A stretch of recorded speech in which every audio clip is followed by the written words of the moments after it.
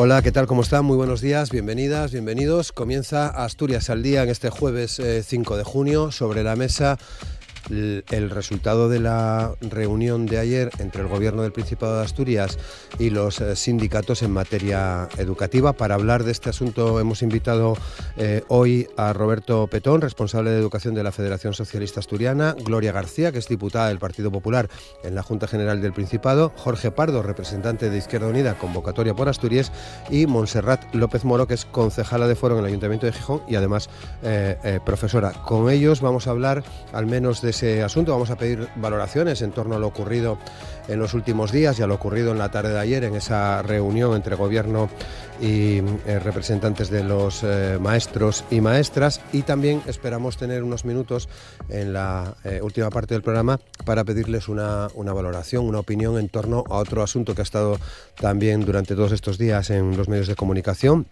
que es la conferencia de presidentes que va a tener lugar este fin de semana en Barcelona. Les pongo ya también sobre antecedentes. El Gobierno de Asturias ofrece a los sindicatos un pacto por la mejora de la educación pública que potencie la atención a la diversidad, elimina burocracia y eleva los salarios del profesorado. Los incrementos retributivos que propone el Principado implican un coste de 24,4 millones y sitúan los sueldos de personal docente por encima de la media nacional. Es la información que ha facilitado el Gobierno de Asturias después de la reunión de ayer. Hay también algunas cosas más, como la atención a la diversidad y la equidad, que dice el Gobierno son banderas del modelo asturiano. Se propone la elaboración de un reglamento orgánico de funcionamiento de los centros de educación especial, un incremento del número de aulas de inmersión lingüística en el aula del Caudal con 2 profesionales en septiembre de este año, y en el Oriente, Noroccidente y Suroccidente con un profesional cada una también en septiembre de 2026. Entre otras cosas, también se apunta en esa propuesta de negociación que está sobre la mesa menos burocracia y más respaldo administrativo. Entre otras cosas, se habla de retomar las reuniones del grupo de trabajo de desburocratización creado a raíz del acuerdo de septiembre de 2024. En relación a las mejoras salariales, se plantea la creación de un complemento retributivo del profesorado técnico de formación profesional enmarcado en el grupo A2 para que pase a percibir la misma cuantía que sus compañeros y compañeras del grupo A1 que realizan las mismas tareas, reflexionar sobre el actual plan de evaluación docente para superar el modelo, incorporación al personal en situación de baja laboral de larga duración que hasta ahora no percibía el plan de evaluación, mejoras salariales para el profesorado con menos de 6 años de experiencia laboral, 2.380 euros más al año, 170 euros al mes, con mejora de los complementos transitorio y específico, y para el resto del profesorado 1.470 euros más al año, 105 euros al mes, con mejora del complemento específico. El comité de huelga ha apuntado que la del miércoles ha sido una compleja negociación en la que la propuesta del Gobierno del Principado para tratar de desbloquear la negociación ha recogido total o parcialmente algunas de las reivindicaciones planteadas, que quedan supeditadas a que se cierre un acuerdo. Señalan también que no han sido capaces de llegar a un acuerdo, aunque están más cerca que el pasado lunes, cuando salieron de la reunión totalmente defraudados. Son declaraciones del secretario general de Comisiones Obreras de Enseñanza, Borja Llorente, quien ejercía como portavoz del comité de huelga ante los cientos de docentes que aguardaban a la finalización del encuentro. También el Partido Popular se ha mostrado dispuesto a apoyar un crédito extraordinario. Es el asunto con el que vamos a comenzar el programa y, como les decía, también esperamos sacar unos minutos para pedir opinión en torno a esa conferencia de presidentes en Barcelona, a la que finalmente van a acudir todos los presidentes después de que el Gobierno aceptara incluir sus propuestas en el orden del día. Hay una lista de contenidos para tratar que pasan por la vivienda, por la financiación de la educación, por la financiación autonómica. Se hablará del modelo energético o el plan migratorio estructural, además de las infraestructuras. Son los asuntos que tratamos hoy en Asturias al Día. Asturias al Día, con Roberto Pato.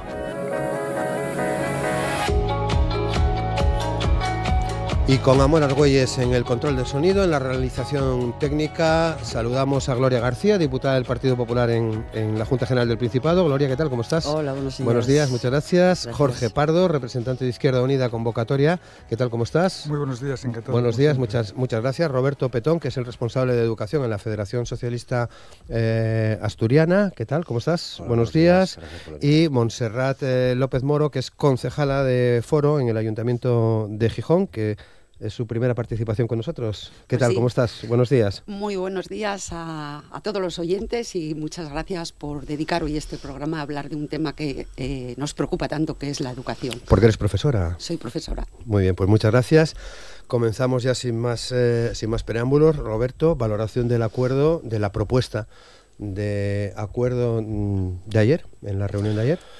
Bueno, yo creo que las medidas que ofreció ayer el Gobierno son un bloque de medidas muy importante y buenas, así fue ratificado por las organizaciones sindicales a la salida de esa reunión, y que es importante continuar con el diálogo. Estamos en unos momentos de suma responsabilidad, un momento clave, sobre todo pensando en afianzar esa confianza que la sociedad asturiana tiene en el sistema educativo asturiano, ¿no? Pero también en este primer punto no quería dejar de señalar o de tener un recuerdo hacia Lidia Espina, hacia la exconsejera ya, por todo el buen trabajo que desarrolló, que estoy seguro que en un breve espacio de tiempo se le será reconocido en todos los avances que consiguió al frente de la consejería, pero también para condenar esos ataques personales incluso que llegó a ofrecer, ¿no? Yo no creo que ese tipo de ataques hayan venido del colectivo de los maestros y las maestras, ¿no? O alguien que se camufle detrás de esos ataques, ¿no? Porque entiendo que alguien que quiere y ama su profesión, como es la de ser maestro, profesor, en ningún momento llegaría a esos ataques, y yo creo que convendremos todos en condenar ese tipo de ataques personales, tanto a ella como también me quiero acordar el director David Artime, que también lo sufrió. Gloria García, valoración de esa propuesta. Bueno, pues Roberto habla de un bloque de medidas buenas. Yo no escuché esa valoración de los sindicatos, bloque de medidas buenas. ¿Hay alguna medida que es imprescindible? Pero si luego en frío se estudia, pues yo aprecio mucho humo, pero mucho. Si os parece, empiezo a detallar o lo dejamos para después. Vamos a ver, hablan de la inversión lingüística a partir de tercero. O sea, que el resto del alumnado, mientras tanto, que se arregle como pueda. Se elimina el 10% de aumento de ratio en infantil y primaria, excepto si no hay espacio para desdobles. Si no hay espacio, pues a seguir. O sea que las ratios no las bajan. Hablan de 30 auxiliares administrativos, pero no dicen para qué, No dicen para qué. Y hablan del grupo de trabajo de desburocratización, relanzarlo. Eso ya suena a lo de siempre. Los 300 de PTIL que hacen falta, pero en 3 años. Cuidado, en 3 años. Los NEAE, no los necesidades educativas, no cuentan doble. Sería justo que lo hiciesen. La subida salarial, 105 euros. Brutos, quedó esa palabra sin importancia en el aire. La diferencia con Cantabria, con la subida que les van a hacer ahora, viene a ser de 500. Yo ahí veo sencillamente una serie de medidas que han decepcionado al colectivo de docentes y que no recogen el sentir de las reivindicaciones, y a la vez estoy viendo, por un lado, y aunque sea una palabra un poco dura, voy a decirlo, una especie de chantaje solapado. Los acuerdos de ayer dependen de que hoy se diga amén. Y por otro lado, pues repito lo mismo, veo, la verdad, mucho humo e incluso, y eso sí que me molesta, presentaron las cosas como para después dar a entender, bueno, estaba todo bien, pero no nos ponemos de acuerdo con el dinero. Y no es así la cosa. Jorge Pardo. Bueno, si planteamos el tema como un titular, lo que hay que decir es que el gobierno de Asturias tiene un problema y está tratando de solucionarlo de la mejor manera posible, que es mediante el diálogo y la negociación. Mediante el diálogo y la negociación con quien tiene que dialogar en este caso, que es con los representantes de las trabajadoras y trabajadores del ámbito de la educación. Bien, ha habido un conflicto, está habiendo un conflicto, ese conflicto tiene diferentes causas y se está hablando. La valoración de la última propuesta, que es la que acaba de plantearse, es una valoración que, sin ser absolutamente positiva, porque todavía no se ha logrado el acuerdo, digamos que avanza sustancialmente hacia el acuerdo. Bien, de eso se trata. Se trata de que el gobierno y los representantes de las trabajadoras y trabajadores de la enseñanza en Asturias, de la enseñanza pública en Asturias, alcancen un acuerdo y que, sobre todo, lo que desde la perspectiva ciudadana tenemos que lograr es que ese acuerdo redunde en lo importante. Y lo importante es la mejora de la calidad educativa, especialmente en el ámbito de la educación pública, que es de la que estamos hablando ahora. Y hay aspectos de las reivindicaciones de los sindicatos que sin duda van a avanzar en esa mejora de la calidad educativa, como lo que tiene que ver con la atención a la diversidad, con el incremento de las profesoras y profesores específicos para atender las necesidades de las niñas y niños con necesidades educativas especiales, en lo que tiene que ver con la equidad, en lo que tiene que ver probablemente con la mayor eficiencia en el desempeño, en este caso a través de mecanismos de optimización o de reducción de la burocracia. Hay que recordar que la burocracia, entre comillas, es que cuando se habla de burocracia se habla, digamos, de esos informes que hay que hacer y todas estas cosas, son derivados de legislación estatal. No tienen que ver con legislación asturiana, no tenemos esas competencias. La burocracia, es decir, supongo que se podrá mejorar, pero tendrá que mejorarse a través de procedimientos que tienen que respetar la legislación estatal. Pero en todo caso, ¿puedes repetirlo lo de la legislación estatal? Porque me acabo de quedar flaseada. Sí, la burocracia tiene que ver con el cumplir las condiciones que están en la LOMLOE. No tiene que ver, o sea, supongo que eso es una cosa evidente, ¿no? La burocracia, la burocracia no se la inventan porque sí, la burocracia tiene que ver con el cumplimiento de objetivos que están en la LOMLOE. Otra cosa es que se puede mejorar, evidentemente, y esas son las cuestiones que se tienen que ir desarrollando. Y finalmente, insisto, estos son elementos que van a atender a mejorar la educación pública, el sistema público educativo, que es importante. Y luego en lo que se trata de la reforma, de las mejoras salariales, evidentemente hay que solucionar un problema que Asturias tiene en relación con otras comunidades autónomas, que tiene que ver probablemente no solamente con una menor retribución, sino con una retribución, digamos, desajustada desde el punto de vista, como consecuencia de procesos que se han venido desarrollando en Asturias en los últimos años, y que eso hay que mejorarlo. En todo caso, insisto, el gobierno está solucionando un problema mediante el diálogo, y lo que hay que hacer es confiar en la capacidad de diálogo tanto del gobierno como de los representantes de las trabajadoras y trabajadores. Montserrat, ¿qué valoración haces de esta propuesta? Bueno, digamos que tenemos un avance hoy, que hay un preacuerdo encima de la mesa, que todavía queda muchísimo. Tenemos algo porque no teníamos nada. Hablaba el compañero de un problema, no, tenemos muchos problemas que estaban en letargo, que estaban silenciados, pero son muchos los que hay que resolver. El primero de todos es escuchar a los profesores, escuchar a los docentes, dar autonomía a los centros. Yo llevo más de 35 años en la docencia. Y últimamente es que perdimos mucha autonomía en los centros. Cada centro conoce a su alumnado, conoce las necesidades de ese alumnado, y haciendo referencia a lo que hacía Gloria con los alumnos NEAE, aquellos alumnos que tienen dificultades, bien por discalculia, dislexia, porque diversidad, problemas emocionales, problemas de distinto tipo, esos niños y niñas cuentan con un informe, pero no cuentan con apoyo. Yo llevo más de 35 años, fui profesora de PT y esos niños y niñas recibían apoyos.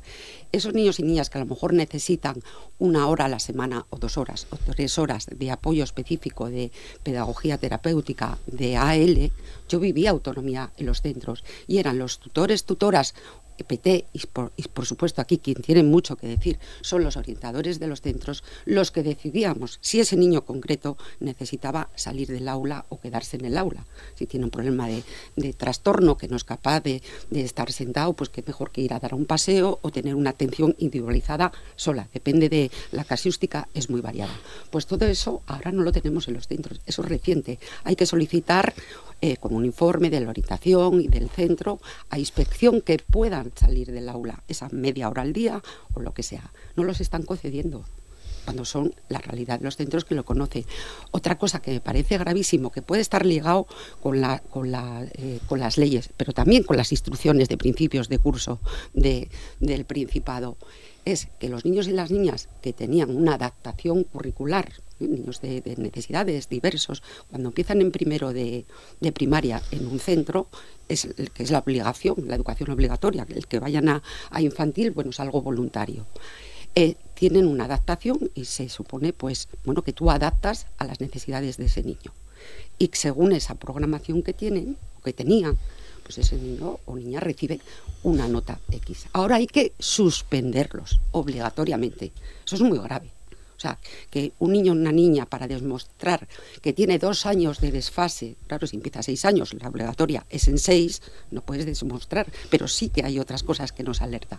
Pues hay que suspenderlo, para que cuando llegue a segundo de primaria se pueda hacer una adaptación curricular. Eso es muy grave para el propio niño y para la propia niña. Y lo último, y concluyo, que creo que ya me excedí a lo mejor del tiempo. Lo que hay que hacer es políticas educativas contando con el profesorado, nunca de espaldas. Y eso es lo que está sucediendo. Aquí en Asturias está sucediendo a nivel estatal. Yo creo que ya llevo vividas no sé cuántas leyes, llevamos 6 o 5, que no hay 8. País que soporte 8, pues país que soporte esto, y que hay una desconexión de la realidad tremenda. Yo ayer vi el debate que hacíais desde aquí, escuchaba a Mariluz Potón, que trabajará en educación de adultos y sabrá mucho de adultos, pero, 1000 perdones, de educación primaria, ni idea. Bien, te refieres a la otra arista, programa que se hizo ayer en directo en TPA. Abundar, si me permitís. Te había cortado antes. Circulares de inicio de curso. Te iba a decir que si vas a plantear lo de las leyes. Sí, bueno, es que bueno, yo no sé qué parte Gloria. de la LOMLOE dice que un director tenga que dedicarse a pedir presupuestos para hacer una obra, decidir quién la hace y hacer el seguimiento de la obra, ni hacer informes de una evaluación de diagnóstico, que a él no se le ocurrió, ni que los claustros tengan que hacer un plan y otro plan y otro plan y otro plan, del que sacan entre poco y nada, pero hay que hacerlo, cumplir papeles. Estás a final de curso y de repente empiezan a llegar de consejería, hay que cumplimentar ese informe, hay que hacer no sé qué, hay que hacer no sé qué, y te ves totalmente... Yo no sé en qué parte de la ley viene. Yo no lo encontré, a lo mejor está. Pero por otra parte, hablaba el circulares de inicio de curso. Por poner un ejemplo, inclusión. De repente te llega una circular y te dice, bueno, los especialistas de PT y AL van a atender a los alumnos en el aula.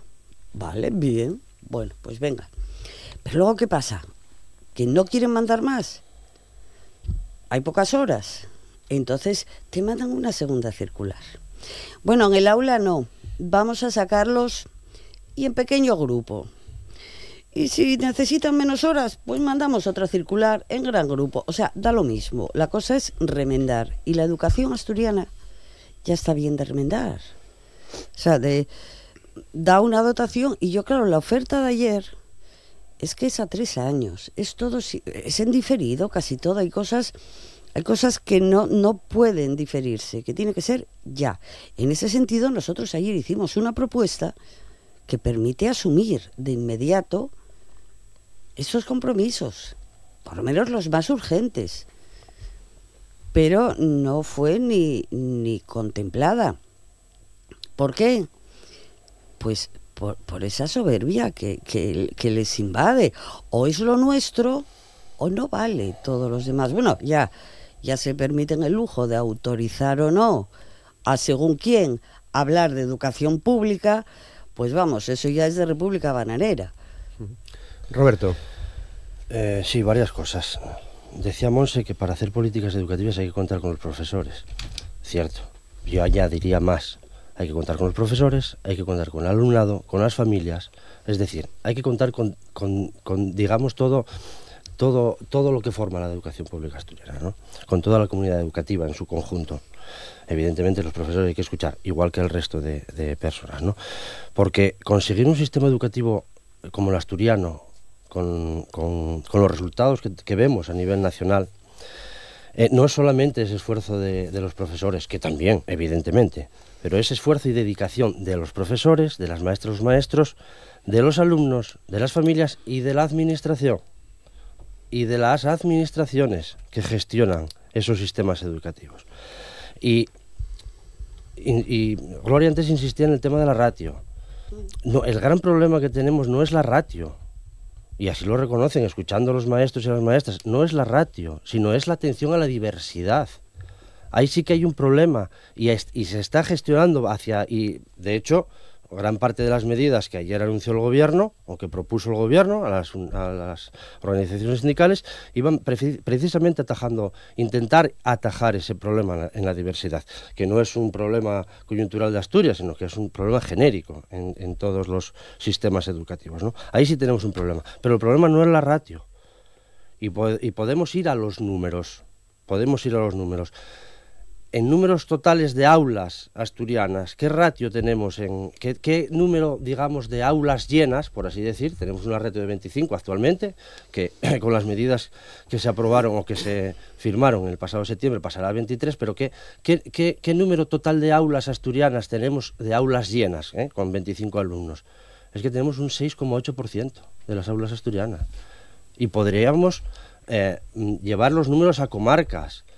Pero es que estamos hablando que en las salas no llegan al 1,1% de esas aulas. En las cuencas, por poner números, yo creo recordar que era un 1,2 en el Nalón y un 2,9 en el Caudal. Es decir, no centremos el debate en la ratio porque no es el verdadero problema. El verdadero problema que tenemos es en la atención a la diversidad, que en los últimos años hay mucho más, como bien decía Monse, hay diversidad en las aulas, hay mucha más diversidad de atención educativa dentro de cada propio aula, y ahí es donde está el problema, y ahí es donde fueron la gran parte de las medidas que ayer anunciaba el gobierno, iban atendiendo precisamente a esa diversidad. Jorge. Yo quiero insistir en esto último que se está planteando, y hay que ser autocrítico, es verdad.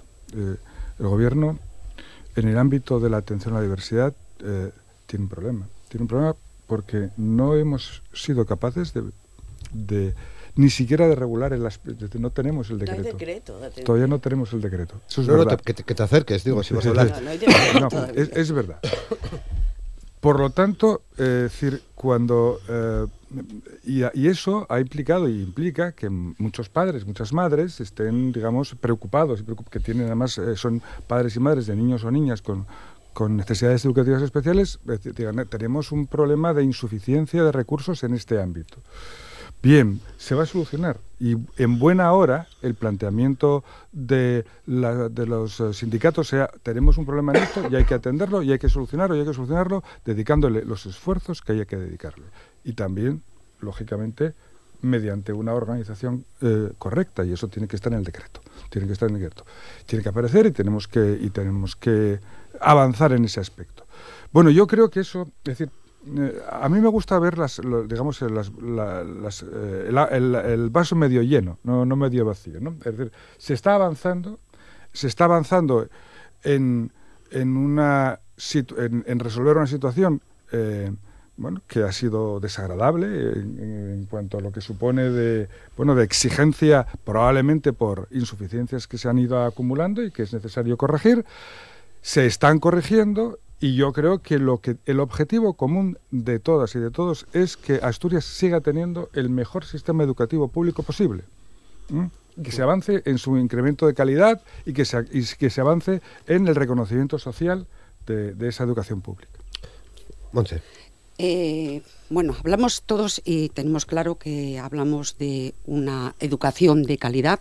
No es exclusivo del PSOE, porque si antes decías que no permitías las críticas o que no te parecía en lo que podemos estar de acuerdo a la consejera, os voy a decir también otra cosa. Nosotros desde Foro Asturias tampoco permitimos que nos digáis que no podemos participar en esa manifestación, en esa concentración y apoyando esas reivindicaciones. Y eso es lo que dijo ayer todavía, el consejero, o antes de ayer, el consejero de Hacienda, por cierto, el que hablaba de auxiliares de lenguaje. Sí. Podemos hablar de datos muy buenos de la escuela pública, por supuesto, que tiene que ver la administración, faltaría más, pero por encima de eso, te digo y te aseguro, y no son palabras vacías, que está el esfuerzo enorme que hace el profesorado, y creedme, si no es por el trabajo que hace fuera de horas, si se limitara solo a las horas, con toda esa burocracia que tenemos encima, que sale de las instrucciones de inicio de curso de esta consejería, que ya supuso problema para esta consejera, que no hace mucho Carmen Suárez también lo admitió. Eso es algo que llevamos reivindicando muchos años. En estas reivindicaciones que hay, como os decía, yo llevo desde el año 88 trabajando, lo de mayores de 55 era yo muy joven, ya lo supero. Eso ya se lleva pidiendo desde hace muchísimo y está siempre encima de la mesa.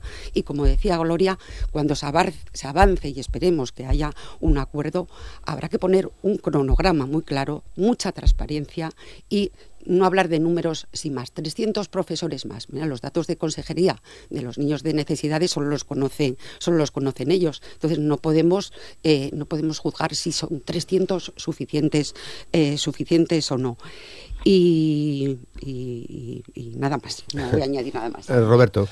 No, Monse. Creo que me entendiste mal o no me entendiste bien. No sé cómo lo voy a decir, ¿no? A ver. Yo no dije que no admitía las críticas a la consejera, no, mucho. Ojo, no, personales, te entendí perfectamente. No. Yo digo que no admito los ataques personales que se realizaron a la consejera y a David Artime también, y al director. Por cierto, no escuché ninguna palabra de condena hacia las mismas, ninguna. Dije que admito, evidentemente, como no podría ser de otra manera, cualquier reivindicación por parte del colectivo, evidentemente, pero como las hay que hacer. Y mira, 2 ejemplos, y los vimos gráficamente porque no sé si visteis las imágenes en televisión, en redes, en prensa digital. Los 2 piquetes, vamos a poner las comillas, los 2 piquetes informativos que recibieron tanto la vicepresidenta en Nava como el presidente a la entrada del fallo de los premios Princesa de Asturias. Perfectamente legítimo, profesionales con una reivindicación, sin más. Se accedió y se pudo hablar tanto con el presidente como el vicepresidente en un ambiente de total normalidad y de reivindicación. Ahí es de donde voy. Y por eso decía que no creo que las personas que pudieran hacer esos ataques personales, ya no solo a ellas, sino a la familia, ojo, que aquí estamos hablando de personas, y no creo que un maestro o una maestra vaya con mensajes de deshumanizar, porque el mensaje que lanzamos a nuestros alumnos, a nuestro alumnado, no creo que es el que quiera lanzar un maestro o una maestra. Reivindicar, sí, evidentemente.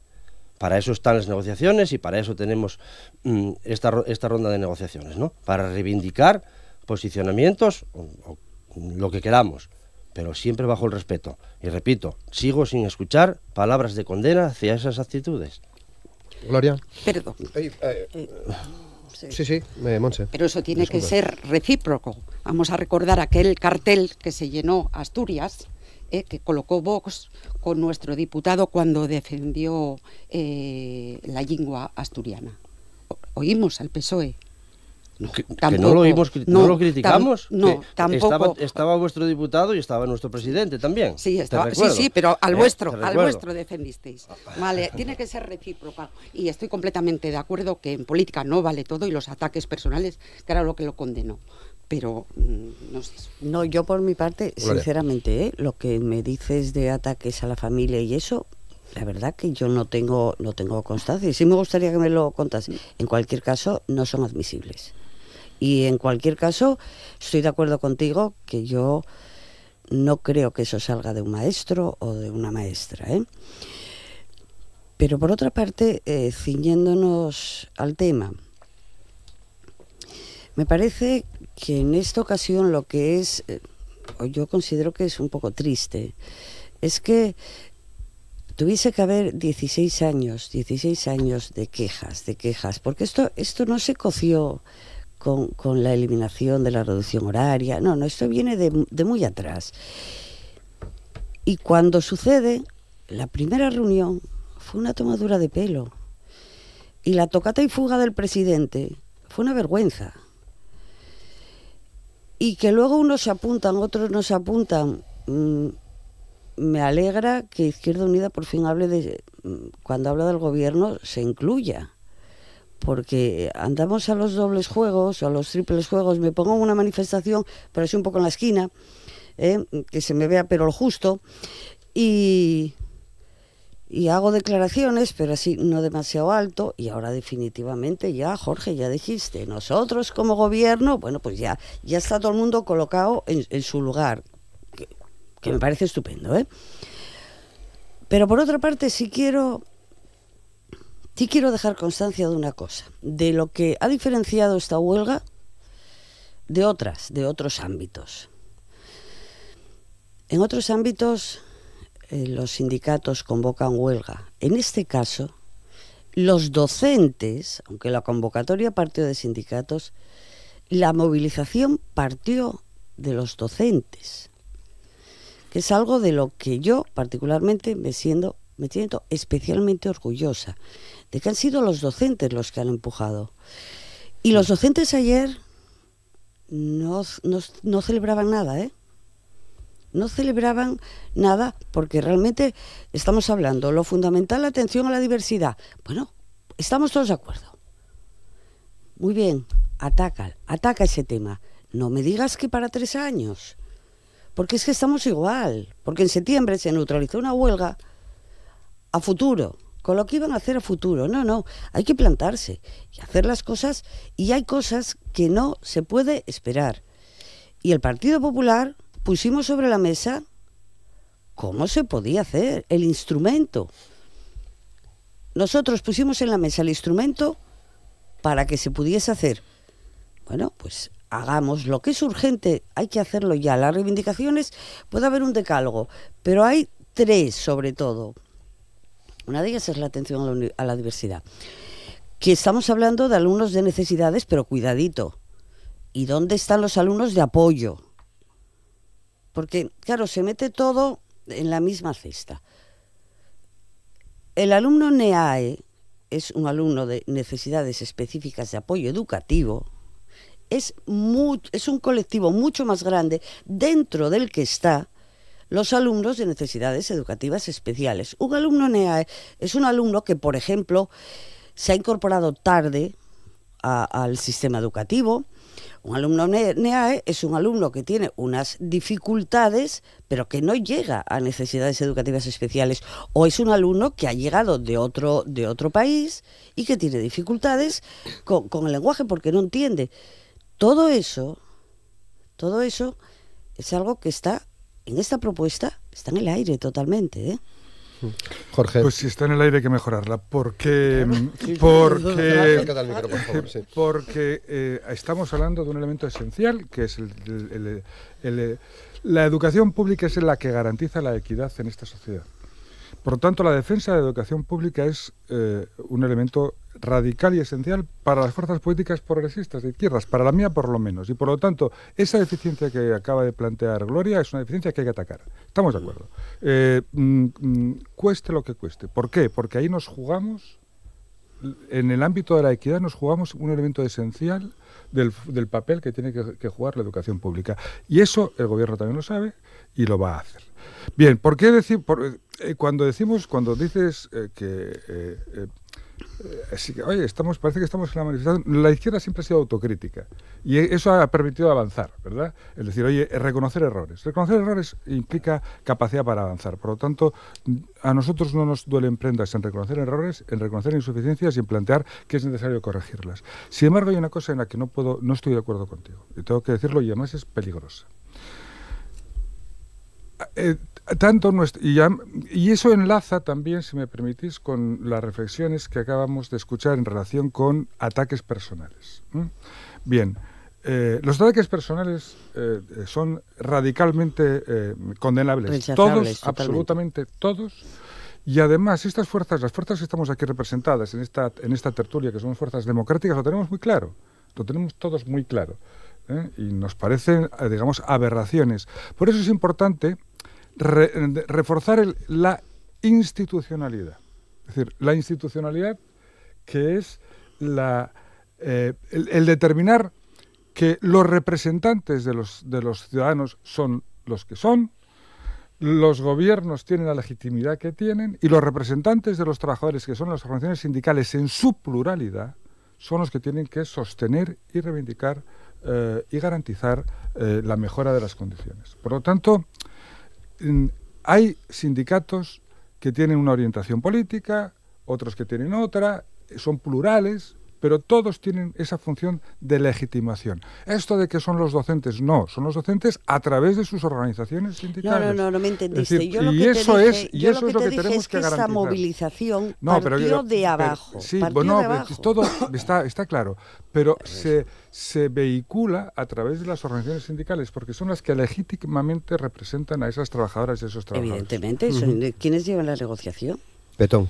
Bueno, hablando de la medida, como decía Gloria, medida estrella, me parece que la calificaste o algo de esto, de la ley de crédito extraordinario con la que nos respondían ayer. Yo no dije estrella para nada. Bueno, perdón por calificativo, pero quería recordar. Bueno, o la gran medida que la medida que propusimos, ni grande ni pequeña.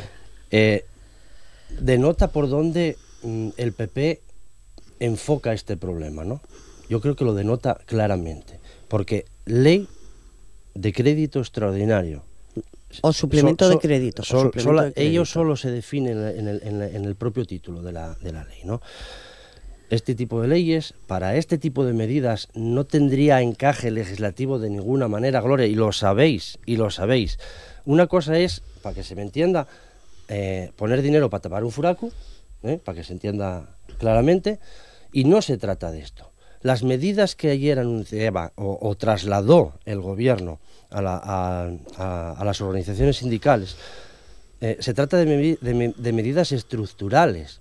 Y eso es lo que demanda el sector. Medidas estructurales. No me pongas un remedio hoy y mañana me lo quites. Y esas medidas estructurales solo pueden tener reflejo en otra ley, sí, pero en la ley de presupuestos. Es donde tiene que tener encaje esas medidas que se están planteando, no en una ley de crédito extraordinario ni nada similar.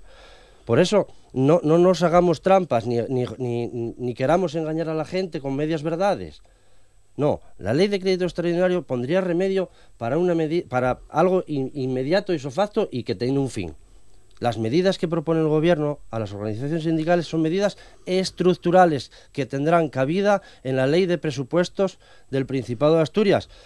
Y, hombre, convendrás conmigo, Gloria, que vais a tener una oportunidad histórica de demostrar ese apoyo a la escuela pública asturiana cuando se presentan las cuentas por parte del Ejecutivo. Bueno, yo te recuerdo que todos los presupuestos hemos registrado enmiendas para avanzar en la equiparación salarial. En todos habéis votado que no.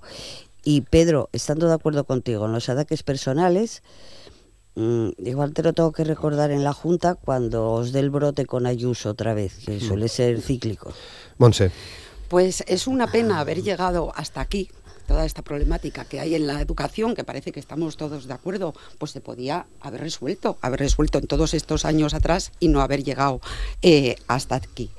Problema de la ratio. Acabas de decir que la ratio no es un problema. La ratio es un problema muy grande.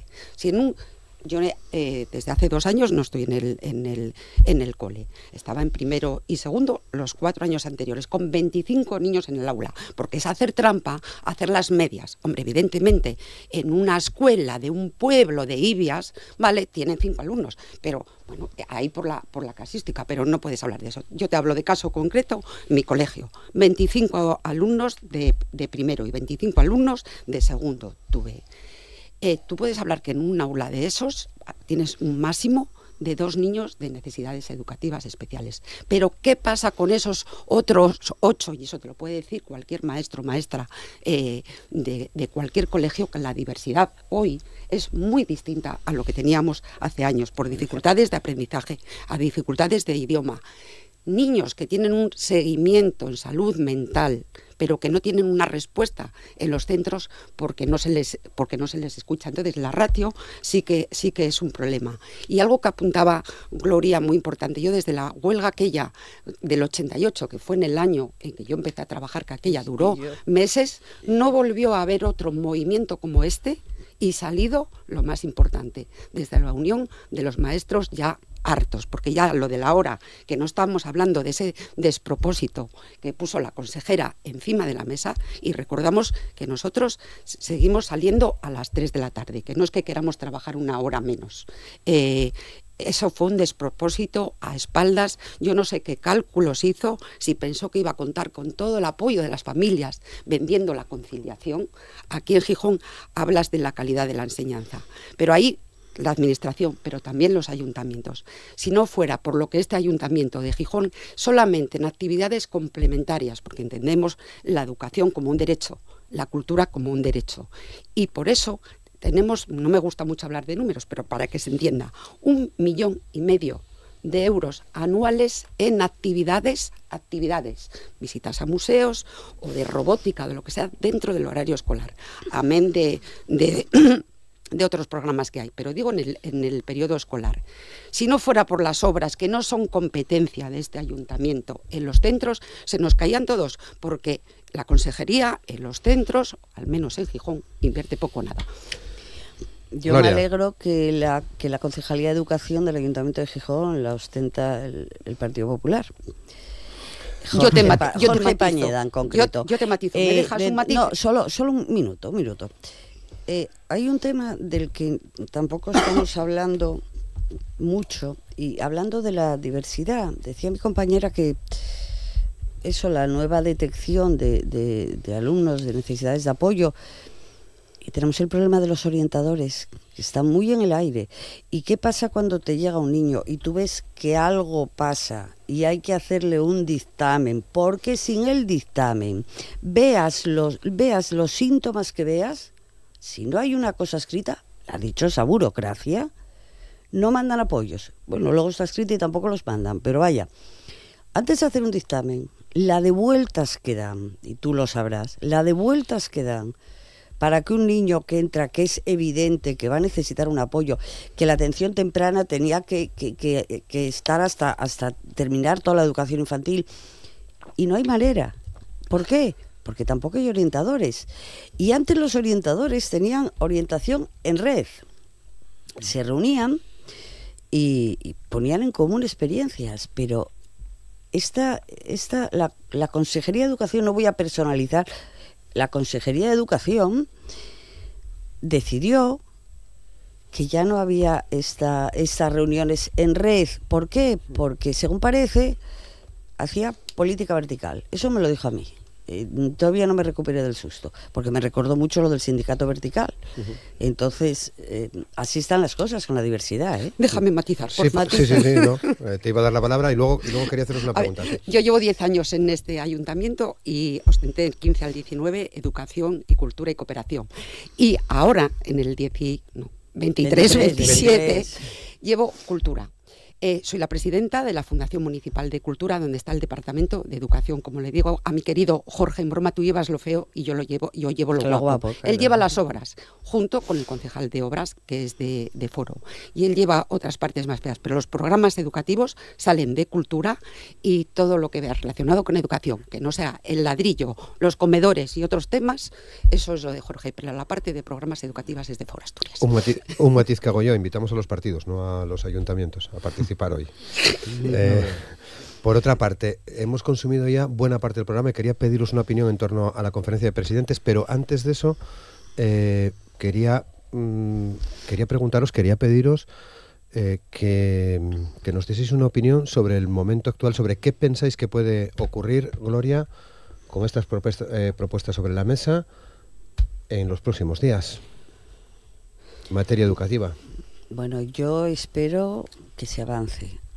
Espero que no sea todo en diferido, porque en diferido puede suponer un cierre en falso. Yo es lo que temo, que se cierre el conflicto en falso, porque hay docentes que a día de hoy llevan perdidos 1.500 euros, las cosas son como son, y que el agotamiento pueda hacer que se cierre en falso, y desde luego si esto se cierra en falso, malo. Jorge. Sin duda va a haber un acuerdo. Va a haber un acuerdo porque el compromiso y el objetivo del gobierno es llegar a un acuerdo, y las organizaciones sindicales también, y si las dos partes quieren llegar a un acuerdo, se llegará a un acuerdo, se buscará la fórmula, digamos, la concreción, se va a llegar a un acuerdo. Sin duda ese acuerdo va a redundar en una mejora aún mayor de la calidad educativa de nuestro sistema público, de nuestro sistema de enseñanza pública, y ese acuerdo, que implicará un incremento del gasto, no puede ser de otra manera. Una parte se cubrirá este año con los mecanismos presupuestarios que se puedan habilitar, y otra parte se reflejará en los presupuestos del año que viene. Jorge, educación nunca es un gasto, es una inversión a futuro. Tienes toda la razón del mundo, esa matización, tienes toda la razón y lo acepto. Muchas Monse. gracias. Pues confiemos en que haya un acuerdo, no se va a cerrar en falso. Yo creo que los docentes están muy fuertes, que tienen las ideas muy claras. Hay muchos profesorados, yo en las fotos que veo, mucha gente joven que lo tiene muy claro, que va a seguir luchando y que no se va a cerrar en falso, pero que le sirva a la consejería, a la futura consejera o consejero de elección, y que no vuelvan a seguir haciendo políticas de espalda y sin escuchar a esos orientadores y maestros y profesores. Roberto. Pues yo creo que el objetivo de todos quienes creemos en este sistema educativo público, pues es el de, y con estas negociaciones lo que el gobierno pretende, la sociedad en su conjunto, o su mayoritario conjunto, es valorar, preservar y mejorar la educación pública asturiana, que nos siga manteniendo en esos mejores niveles de calidad e inclusión a nivel de que estamos en el Estado. Ese es el objetivo de todo esto. Bien, veremos qué ocurre. Mañana hablamos en el programa, en la Junta General del Principado, de educación, con todos los grupos representados en el Parlamento. Creo que vas a estar, Gloria, ¿no? Mañana juego en casa, sí. Bien, gracias. Ya con cierta brevedad, conferencia de presidentes. Finalmente la hay. Bueno, finalmente la hay, y ya vemos cómo ha cambiado el orden del día, ¿no? Digamos así. Conferencia de presidentes. Yo recuerdo en su origen, del presidente Zapatero, que fue el que originó todo esto, hablando de reunir a los presidentes con una intención de diálogo institucional entre los territorios, ¿no? Yo lo que me gustaría saber es qué pretende el PP, precisamente intentando torpedear primero la propia convocatoria de tal, y después subir de un orden del día que creo que tenía 6 puntos iniciales a los 16 que tiene actualmente. Entonces, me gustaría saber qué pretende con esto. La pretensión yo creo que la sabemos todos, ¿no? Con el presidente Rajoy hubo 2 reuniones de presidentes. Con el actual presidente, con Pedro Sánchez, llevamos 22 en lo que lleva de mandato. Gloria. A ver, el PP no boicotea nada. Sencillamente lo que quiere es que los presidentes autonómicos tengan voz. Inicialmente los temas eran 3, no había más. 3, ¿Y qué 3 temas eran? Pues era Vivienda. FP, creo que era uno de ellos, vivienda y educación universitaria. O sea, ocupación no, infraestructuras ferroviarias no, modelo energético no, inmigración no, o sea, que no molesten. Pero claro, el reglamento permite que si 10 de las comunidades autónomas lo solicitan, se pueden incorporar puntos. Y el Partido Popular, las comunidades autónomas del Partido Popular, consideraron que había puntos, ya digo, tan importantes como las infraestructuras ferroviarias, como el modelo energético, posapagón, o como la inmigración, que tenían que entrar en el debate. Y aún así van a tener 10 minutos cada presidente, porque no les van a dejar más. Sánchez, que quería la foto y el monólogo, va a tener la foto, el monólogo creo que no. Jorge. Hay un problema estructural, ¿no? Que es que no somos un país unitario, somos un país que se estructura en comunidades autónomas, y la Constitución establece que, más allá de cualquier otra consideración, la Conferencia de Presidentes no está en la Constitución, pero digamos establece la necesidad de la cooperación institucional como marco en el que se tienen que solucionar los problemas competenciales y los problemas de armonización que tiene que haber entre el gobierno del Estado y las comunidades autónomas. Estamos perdiendo esa capacidad institucional, estamos utilizando cualquier instrumento para hacer el politiqueo. Yo tengo que decirlo así. Yo creo que ha sido todo este asunto un espectáculo.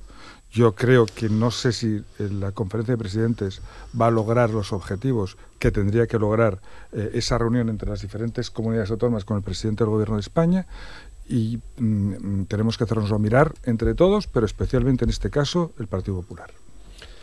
Montse. Bueno, pues la Conferencia de Presidentes, como todos sabemos, es un buen instrumento, por fin hay, pero para desgracia, ojalá pudiéramos decir que es válida, que no se convierta en un arma arrojadiza entre el PP y el PSOE. Y desgraciadamente no voy a ser muy optimista, porque ya estamos acostumbrados, ya sabemos lo que pasa con nuestro presidente, lo que pasa con Asturias, y posiblemente no sirva de nada esta conferencia, porque quizás nuestro presidente Barbón pues se plegará a las órdenes de Sánchez, y además tenemos datos para sospecharlo. Y ojalá la paciencia y el respeto que tiene Adrián Barbón por Sánchez lo tuviera también pues por los asturianos, y en este caso hoy con este tema por los docentes asturianos. Bien, hay tiempo no se muy plegará, breve para ya llega matizar, plegado, si adelante, Gloria. Sí. Que no se va a plegar, ya llega plegado. Jorge, si quieres.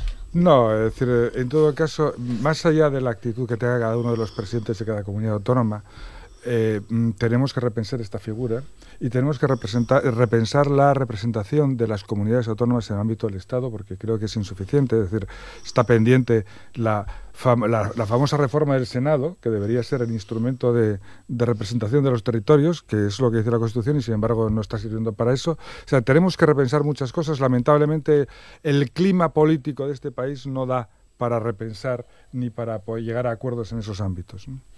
Roberto. No, decía Monse que por fin hay una conferencia de presidentes. Repito, 22 desde que Pedro Sánchez es presidente. 22. Útiles, muy útiles. 22. Y hablamos de el presidente Barbón se repliega ante Sánchez. 22 y no defiende los intereses de los asturianos. Recordamos, una de las últimas que creo recordar, perdona, Monse, déjame hablar, por favor. Te dejo, perdona, vale, disculpa. Vale. Una de las últimas que saltamos no, lo que no voy a permitir es que se mienta directamente. Mentir directamente. Creo recordar, atendiendo a los intereses de los asturianos, el gobierno del Principado de Asturias fue el primero en alzar la voz contra la salida del lobo en el Espre en los juzgados. Monse, 30 si segundos. Hacemos repaso. Naval Azul, un problema que tenemos encima de la mesa, bueno, un apoyo del presidente tremendo. Zalia, plan de vías, estación de autobuses, el metrotren. ¿Hacemos repaso? Gloria, 30 segundinos.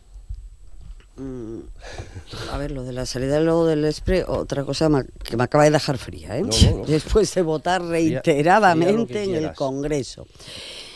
Yo espero que por lo menos los presidentes del PP sean escuchados, porque no fueron 22 reuniones, fueron 22 fotos. Entonces vamos a ver si centramos un poco el tiro. Las reivindicaciones están en el orden del día.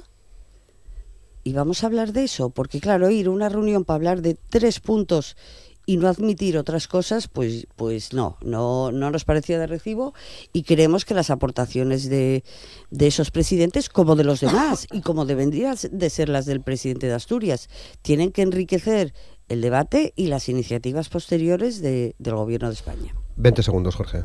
Ojalá hubiera una situación política en este país que permitiera lograr esos objetivos. No la hay.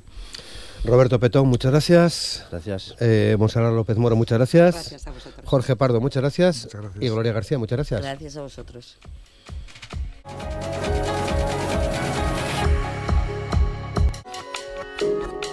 Hoy en la entrevista Asturias al Día nos vamos a meter en la primera escuela de verano laboralista Anita Sirgo. Es una iniciativa, creo que a partes iguales, Universidad de Oviedo, Agenda 2030, y para desarrollar el contenido, para que nos expliquen el contenido y la motivación que está tras esta convocatoria de la escuela de verano, que se va a desarrollar del 1 al 4 de julio en el aula magna del edificio histórico de la Universidad de Oviedo, hemos invitado a Juan Ponte, director de la Agenda 2030. ¿Qué tal, Juan? ¿Cómo estás? Hola, buenos días. Bien, muy buenos días. Y también a Alba García Torres, que es profesora de la Universidad de Oviedo, profesora contratada y alma mater de la escuela. Bueno, buenos días, Roberto. Buenos días. Bueno, soy la directora académica de la escuela. Lo del alma mater ya lo dejaremos más adelante, que lo juzgue la historia. Bien. Bueno, contarnos cómo se produjo este encuentro, Universidad de Oviedo, Agenda 2030, para desarrollar esta iniciativa. Alba. Bueno, es una iniciativa entre la Agenda 2030, el Sindicato de Comisiones Obreras de Asturias y la Universidad de Oviedo. Bueno, el secretario general de Comisiones Obreras tenía la idea de en este mandato que inicia, pues hacer un espacio para la reflexión, para el diálogo. Bueno, es también una parte muy importante como del legado de Zapico, ¿no? De no hay acción sin reflexión, ni reflexión sin acción. Entonces quería un espacio en el que pudiera encontrarse lo sindical con lo académico, y vinculado sobre todo el eje vertebrador es la idea del trabajo decente, que ahí es donde entramos en el encuentro con la Agenda 2030, con el Objetivo de Desarrollo Sostenible número 8, sobre qué es el trabajo decente, cómo se proyecta y cuáles son los ejes de actuación del trabajo decente, ¿no? Entonces la idea, y donde entra la Agenda 2030, es cómo vamos a proyectar en Asturias hacia la sociedad esa vinculación de lo que es la transmisión del conocimiento entre la universidad, el sindicato y el Principado de Asturias de los Objetivos de Desarrollo Sostenible. Juan. Sí, en la misma dirección de lo que plantea Alba. Efectivamente, la Agenda 2030, como sabido, se vertebra en torno a 17 objetivos de desarrollo sostenible: erradicación de la pobreza, empoderamiento femenino para que haya igualdad entre mujeres y hombres, igualdad salarial, igualdad en todos los ámbitos de la vida cotidiana, protección de los ecosistemas terrestres. Pero siempre hay un objetivo de desarrollo sostenible, que es el 8, que se olvida, ¿no? O que pasa desapercibido, y lo digo con cierta ironía, que es precisamente el objetivo que versa sobre el trabajo digno o el trabajo decente, lo cual implica pues esa igualdad salarial a la que aludíamos, pero también las libertades sindicales. Y aprovechamos para hacer una defensa y un alegato de la SES de la Suiza. Estaremos esta tarde por la tarde acompañando la seguridad y en general la ampliación y el avance en los derechos sociales, ¿no? Entonces, desde ese prisma es como la iniciativa, que parte de Comisiones Obreras, es acogida por parte de la dirección de Agenda 2030 y también en colaboración muy importante de la Universidad de Oviedo para llegar al estudiantado, porque es un tema absolutamente fundamental para forjar una ciudadanía con personas que sean igualmente libres, partiendo de la base de ese trabajo decente. Una reflexión que hacíamos precisamente en la rueda de prensa, y alguna vez lo comenté también contigo, Roberto, es la siguiente, que viene a propósito de la escuela, y es que si hoy día se estila tanto decir en el ámbito empresarial empresarial, que todas las personas trabajadoras de una empresa son igualmente responsables del correcto funcionamiento de la misma y que por tanto tienen que compartir el mismo espíritu de equipo, la pregunta correspondiente es si hay que compartir el mismo espíritu de equipo, ¿por qué no se comparte equitativamente la riqueza? Esto es de lo que nadie quiere hablar, ¿no? Que es el reparto equitativo de la riqueza, la seguridad, las libertades sindicales, la igualdad entre hombres y mujeres en el trabajo, y justo de eso va precisamente la escuela. Bien, acabáis de mencionar, dirigida al alumnado, al estudiantado de la Universidad de Oviedo, que digamos es donde queréis focalizar, o está también abierta a quien le pueda interesar participar en esta escuela. Bueno, va a tener las dos vertientes, ¿no? Porque es verdad que como curso de verano de la Universidad de Oviedo se busca el estudiantado, porque además lo que queremos es concienciar a la gente joven de la necesidad de unas relaciones laborales democráticas en igualdad, lo que estaba apuntando Juan, y bueno, pues en ese sentido está más proyectado pues hacia estudiantes pues de relaciones laborales, de derecho, y va a haber 50 plazas que van a ser certificables a través de los cursos de extensión de Universidad de Oviedo, pero luego el aula magna, hasta que se complete el aforo, va a estar libre para la ciudadanía, para quien quiera pues acercarse a cualquiera de las distintas proyecciones que hemos hecho sobre el trabajo decente y la ordenación del tiempo de trabajo. Hay que estar atentos porque, si no me equivoco, se abre el plazo a partir del 9, del 9 de junio, del lunes, ¿no? Sí, ¿Ya? sí. O sea, ¿qué hay que hacer? ¿Cómo bueno, pues en toda la propaganda que estamos distribuyendo hay un código QR que si lo escaneamos nos lleva directamente a los cursos de extensión universitaria de la Universidad de Oviedo. Si se entra a través de la página de extensión de la Universidad de Oviedo, también está en el catálogo de la oferta de cursos de verano. Entonces simplemente inscribirse. Eso quien quiera que esté certificado y quien quiera acudir como alumnado del curso de verano. Para quien quiera acercarse a cualquiera de las ponencias que le pueda resultar interesante, bueno, pues porque me interesa que viene Yayo Herrero y va a hablar de ecofeminismos, o porque me interesa que está Guillermo Rendueles, que va a dar una visión más médica de la... Bueno, pues me acerco y hasta completar aforo del aula magna, eso no es necesario inscripción, pero para los estudiantes, a través del código QR o directamente de la página de la Universidad de Oviedo. Sí, donde ya está, porque lo he visto. Sí, ya está. En la página de Uniove, además con mucha información, por cierto, que se agradece que sea así. Bueno, creo que no hubo mucho problema, mucha polémica para darle el nombre a esta primera escuela de verano, Anita Sirgo.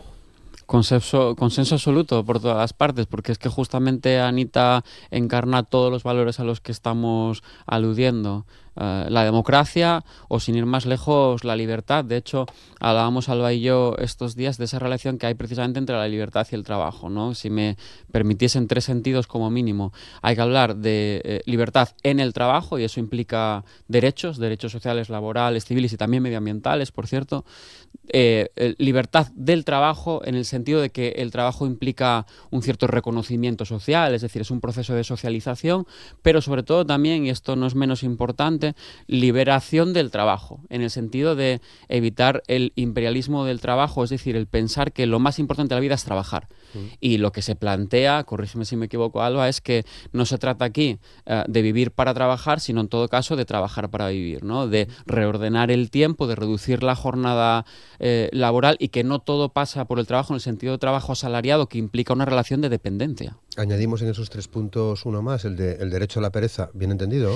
Daría lugar a otro debate. Sí. Bueno, Juan y yo en esto tendemos a tener un debate. Sí. Las veces que coincidimos, esta es una de nuestras discusiones favoritas sobre qué es trabajador, qué es un buen trabajador. Pero bueno, volviendo a Anita, yo creo que... Yo no sé si estuvo sobre la mesa ni siquiera otro nombre. Yo creo que no, que fue una cosa que salió de manera natural. Porque además, bueno, aparte de lo que estaba diciendo Juan, yo una cosa que tenía clara como directora académica es que esto era una escuela laboralista y que era una escuela feminista. No se me ocurría que pueda haber un planteamiento distinto que no sea entender las relaciones laborales desde una perspectiva de la igualdad. No solo de la igualdad de oportunidades dentro de las relaciones laborales, sino lo que estaba diciendo Juan, de abrir esa mirada de que nuestro tiempo no es solo el tiempo de trabajo, necesitamos tiempo de vida, y que a mí la palabra conciliación no me gusta, a mí me gusta más la palabra articulación, ¿no? De cómo articulamos nuestra vida familiar, personal, laboral, de ocio, y eso también, de eso vamos a trabajar sobre todo el miércoles, día 3 de julio, que está los márgenes, ¿no? Del derecho al trabajo, porque a veces los laboralistas tenemos una tendencia a ver solo el mercado de trabajo, que además tiene un claro sesgo androcéntrico, es decir, no hay más a los márgenes, y los márgenes también es donde Anita estuvo presente, donde combatió desde la base, donde trajo trabajo, una manera de hacer sindicalismo feminista, pero como desde abajo, ¿no? No desde la mujer símbolo, que parece que a veces tendemos a identificar para decir, mira qué feministas somos, sino que trabajando desde eso, desde la huelga, desde el langreo, no sé, que es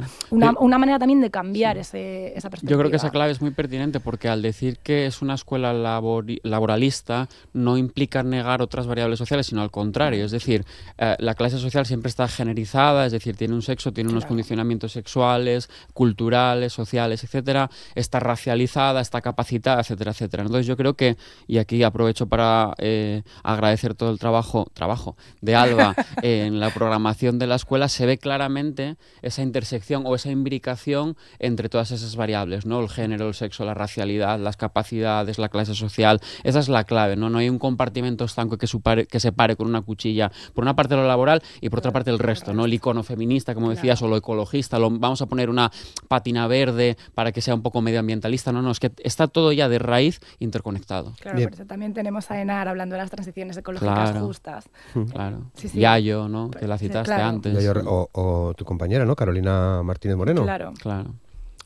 ¿Quiénes van a estar, además de las personas que mencionamos? Veo que viene la vicepresidenta Yolanda Díaz, ¿no? Esperemos que la agenda se lo permita. Bueno, pues la idea está un poco como intentado programar un poco por días para que tengan una coherencia cada uno de los días. El primer día se lo vamos a dedicar a lo que es el concepto de trabajo digno, que a mí me gusta más que trabajo decente. Juan lo ha vuelto a decir, porque creo que está mal traducido del inglés y esto es culpa de la OIT, pero bueno, el trabajo digno, es que es verdad. Estuvo bien el apunte. Hemos cogido el decent que usa la OIT y lo hemos traído. De hecho, Roberto, hemos venido solo por esto. Solo por esto, a criticar a la OIT.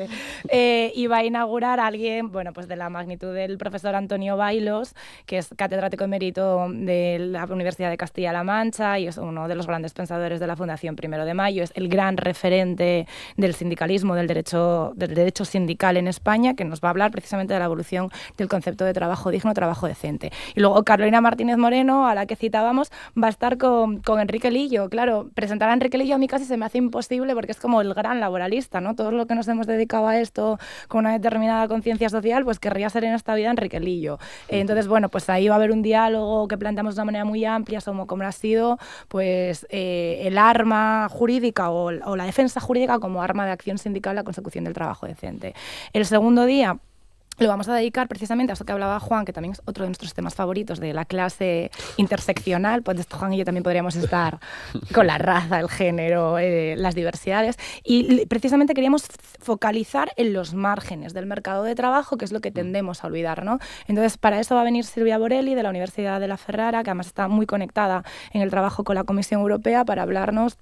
Bueno, es que el título está en inglés, pero voy a hacer que Silvia me perdone una traducción así, que es Desfavorecidos y Vulnerables, una perspectiva feminista del mercado de trabajo, que se va a completar con una mesa redonda en la que va a estar la directora de Igualdad de la Universidad de Oviedo, Paz Menéndez Sebastián, Evelyn, que es la adjunta a la Secretaría de Igualdad de UGT, y Carolina Vidal, que viene del Confederal de Comisiones Obreras, también desde Igualdad, que van a debatir también esa línea que decía Juan sobre tiempo de vida y tiempo de trabajo, para ver cómo se articulan y cómo se conectan. Y ese mismo día terminaremos con unos diálogos con Yayo Herrero, que es consultora ecofeminista. Entonces, Yayo lo que plantea tiene un discurso que es brutal, porque, no sé, como que dinamita todas las cosas que damos por sentadas, porque ella hace el discurso desde el ecologismo, desde el feminismo, una cosa también me interesa mucho, Juan, desde el extractivismo, de cómo es el capitalismo extractivo y todo esto, y entonces también desde una formación que a veces nos sorprende, porque yo creo que ya viene como de una ingeniería, o sea, de una parte muy científica,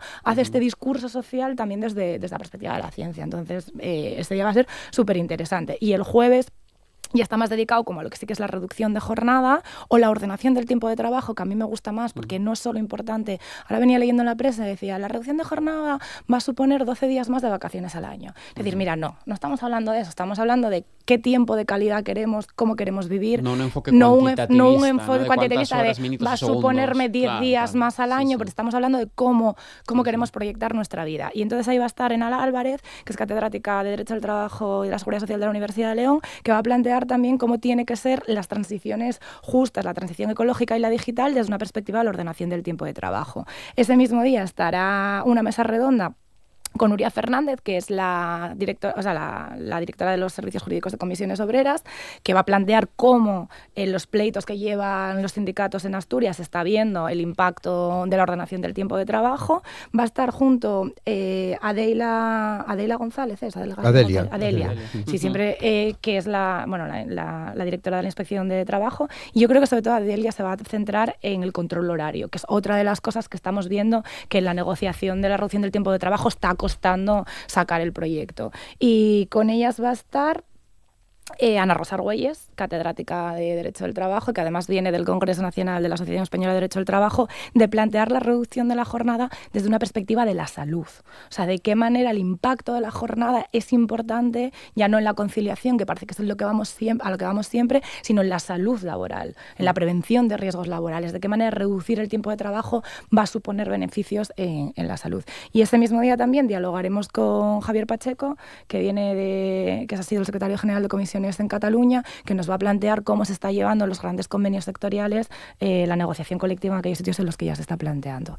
Y después el viernes estará el psiquiatra Guillermo Rendueles. También esta es otra de las grandes discusiones que tenemos Juan y yo sobre si no necesitas un ansiolítico, necesitas un comité de empresa, pero de la manera... Sí, o sea, Juan tendría algo que matizar ahí, pero bueno, la idea es de qué manera problemas que son colectivos y comunitarios los estamos individualizando, haciéndonos responsables individualmente de ellos y que al final son un problema de salud. O sea, que problemas que en otro momento podíamos tejer a través de una red, a través del propio sindicato, los estamos medicalizando diciendo es un problema tuyo, tienes ansiedad, tienes depresión. Entonces, de qué manera la pobreza, el neoliberalismo afecta a nuestra salud y de qué manera también este nuevo planteamiento de la vida puede mejorar nuestra salud comunitaria, ¿no? Ahí la síntesis de conciliación es que necesitamos psicólogas, psicólogos y sindicatos. Y sindicatos, las dos. No vamos a dejar a nadie atrás. No te quedó nada, lo contaste todo. Sí, bueno, y luego el director de la Agenda 2030 dialogará con la vicepresidenta y también estará Unaisor de clausurando con una conferencia que se llama Trabajo, Tiempo y Poder, que además es súper bonita porque la vincula al clásico de la literatura fantástica juvenil de Michael Ende, de Momo, sobre cómo los hombres, sí, eso es. Hombres grises, los hombres grises nos roban nuestro tiempo de vida, eso es. Así que ahí esto será nuestra escuela de verano. Que si abrimos un poco más el foco, hay otro tema que creo que también nos gusta, en este caso a los tres, no lo sé, por ti, Alba, a Juan creo que sí, que es que si abrimos un poco más el foco, en el fondo hay una especie, permitirme la expresión, de revisión sobre el sindicalismo actual en el siglo XXI. El pasado 1 de mayo, en los programas que hicimos, planteamos también este asunto, ¿no?, a representantes sindicales sobre cómo es el sindicalismo de ahora, cómo tiene que ser el sindicalismo de ahora. Podemos decir que si abrimos el foco, también se va a hablar de esto en la escuela de verano. A mi juicio sí, porque es un sindicalismo del siglo XXI y con esta escuela las comisiones obreras de Asturias demuestran el conocimiento de los problemas actuales de la clase trabajadora. Es decir, que no estamos o no se está anquilosado en una perspectiva meramente teórica que no conoce la realidad social, sino que parte de sus propios fundamentos. Y como decía anteriormente, es que no se puede abordar la problemática de la clase trabajadora si no se entiende que en la propia contradicción capital-trabajo, la variable del sexo, la del género, la de la raza, la de las capacidades, la de los cánones corpóreos, todas ellas están imbricadas, se están forjando y bulliendo entre sí de una manera dialéctica, ¿no? Entonces, aquí, bueno, ya lo comentamos varias veces, ¿no, Roberto? Yo creo que por eso lo planteas. Aquí el error sería suponer, por una parte están los problemas culturales, ¿no?, o superestructurales, se diría en un sentido más clásico, y por otra parte los problemas económicos o los materiales, que serían como los más importantes o los tangibles. No. Es que está internamente relacionado. Porque además esa perspectiva lo que suele hacer es dejar en segundo lugar, y dejar en segundo lugar es que no interesa, pues el feminismo, el ecologismo, y no, el planteamiento de esta escuela es de entrada de raíz ecosocialista, corrígeme si me equivoco, es así, ¿no? Sí, laboralista. Entonces, decir que es laboralista no significa vamos a dejar en un cajón los problemas estos de las mujeres o los problemas ecologistas. No. Es que está todo internamente relacionado, porque hablar de salud y bienestar es hablar de trabajo digno, y hablar de trabajo digno, no, pues es decir, no puede haber trabajo digno si no respetamos los límites biofísicos del planeta, por poner un ejemplo. Entonces ahí ves que el ecologismo y lo laboral están intrínsecamente involucrados. ¿Alba? Sí, completamente de acuerdo. Claro, es que el planteamiento, y quiero decir, eso también demuestra la posición de Comisiones Obreras de Asturias en este momento, que es consciente de que el sindicalismo clásico, o el sindicalismo como lo hemos entendido hasta ahora, del blue collar, de las fábricas, del fordismo, del taylorismo, ha dejado de dar respuesta a las realidades. Cada vez hay más agentes dependientes del mercado que no son trabajo asalariado, en el sentido que dice Juan, de no, si yo hago la clase de trabajo, no, pues quedarían fuera. Eso quiere decir que no son vulnerables, precisamente más vulnerables, precisamente porque además quedan fuera del arco del derecho del trabajo clásico, de la atención habitualmente de los sindicatos, y precisamente subir el foco o abrir ese foco permite darnos cuenta de que la realidad social es cambiante, de que estamos también en otra contradicción, que es vamos hacia la revolución industrial 4.0, hacia la digital, pero al mismo tiempo estamos yendo a situaciones mucho más vulnerables que se nos desconectan. Entonces, esto también quiere reconectar con nuestra realidad, y era un poco también como empezábamos, ¿no? La acción y la reflexión. Si no reflexionamos sobre qué tipo de sociedad tenemos, sobre qué tipo de mercado de trabajo, sobre la interseccionalidad de todas estas variables, el sindicato va a dejar de ser un arma efectiva para dar solución a los problemas de la clase trabajadora. Con una imagen clara. Hay gente que cuando piensa en la clase trabajadora piensa un hombre de mono azul, trabajador de fábrica, ¿no? Por esto. Y eso existe, es una parte. Sí, pero no es solo. Si habláramos en términos promedio, si hubiera que poner un rostro hoy día a la clase trabajadora, sería, por ejemplo, una mujer migrante. Sí. Entonces hay que cambiar totalmente los imaginarios. Cuidados. Entonces es un problema cuando la izquierda tiene un imaginario que no se corresponde con la realidad.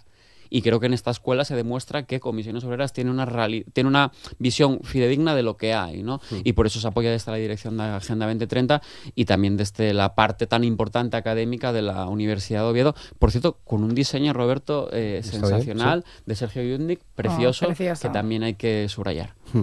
Decíais, o decías, Alba, vamos a Revolución .4. ¿Vamos o estamos ya? Estamos. Bueno, estamos. Vamos a la 5.0. Si no hablamos hoy día del debate de democratización del conocimiento, de soberanía digital, no sabemos de qué estamos hablando. O sea, los problemas son nuevos y hay que abordarlos. El lunes hablaremos de soberanía digital, entre otras cosas. Sí. Bueno, pues todo en marcha ya, por tanto, ¿no? Todo en marcha. La información se encuentra bien en la publicidad que habéis hecho, efectivamente, con un gran diseño. Un acierto la foto, por cierto, de Anita. Que se lo explicaba Alba, una Anita joven, ¿no? Que por una parte está sufriendo por causas justas a través de la lucha social, pero que a su vez tiene esa mirada, lo decía Zapico el otro día en la rueda de prensa, limpia, combativa, valiente y alegre, porque la izquierda tiene que ser alegre y el sindicalismo tiene que ser alegre. La información en la Universidad de Oviedo, bien en los puntos en los que estáis distribuyendo toda esta propaganda, que lo decías antes, y es una palabra que casi nunca últimamente perdemos de vista y dice muchas cosas, ¿no? Y hay que decirla porque es positiva, es propaganda. Bueno, pues se puede encontrar y a partir del día 9 a conseguir una de esas 50 plazas, decíais. Sí, eso es. Muy bien.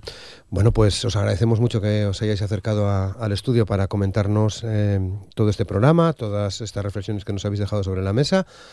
Juan Ponte, muchas gracias. Un placer. Y Alba García, muchas gracias. Muchas gracias, Roberto.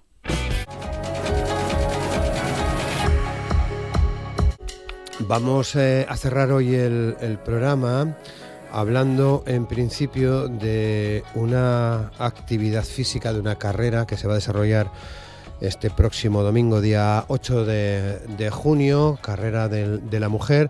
Hoy me acompaña en el estudio Mari Carmen Pardo, que forma parte de la Asociación de Cáncer de Mama Metastásico, y creo que tenemos al teléfono también a Victoria Rodrigo, que forma también parte de este colectivo Cáncer de Mama Metastásico. Mari Carmen, ¿qué tal? ¿Cómo estás? Muy bien. Buenos días, gracias. Acércate un poco al micro. Muchas gracias de nuevo por invitarnos.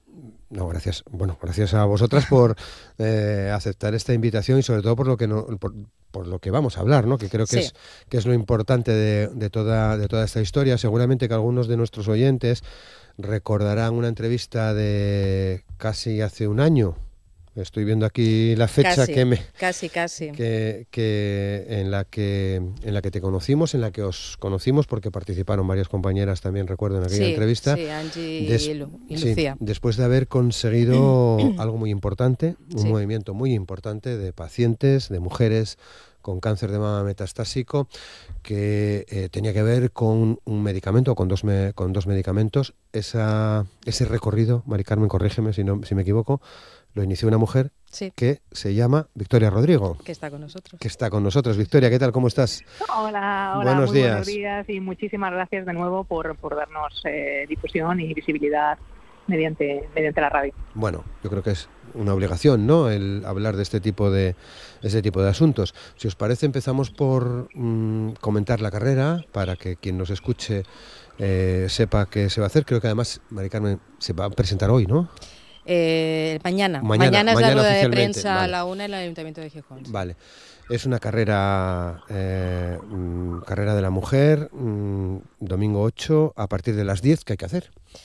Bueno, pues acércate al micro, por favor. Las inscripciones todavía están disponibles hasta cubrir las 6.500 plazas, creo que son.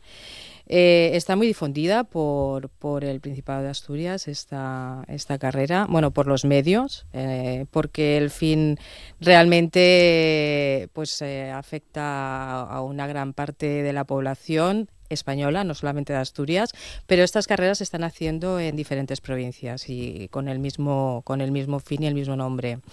Entonces, la Asociación Española contra el Cáncer lo que visibiliza conjuntamente con la alianza de Daiichi Sankyo y AstraZeneca, que son farmacéuticas, es precisamente la M que falta, que quizás es un mensaje que hay que explicarlo un poquito.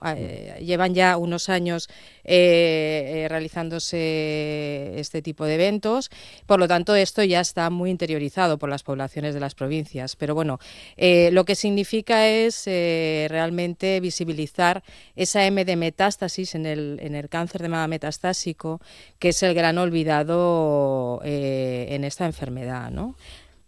Puede haber muchos motivos. Uno principal es el miedo, no porque no haya información, no porque no se facilite, pero bueno, hay mucho miedo a la palabra metástasis y estamos ayudando por nuestra parte a visibilizarla y bueno, afrontarla con la máxima serenidad y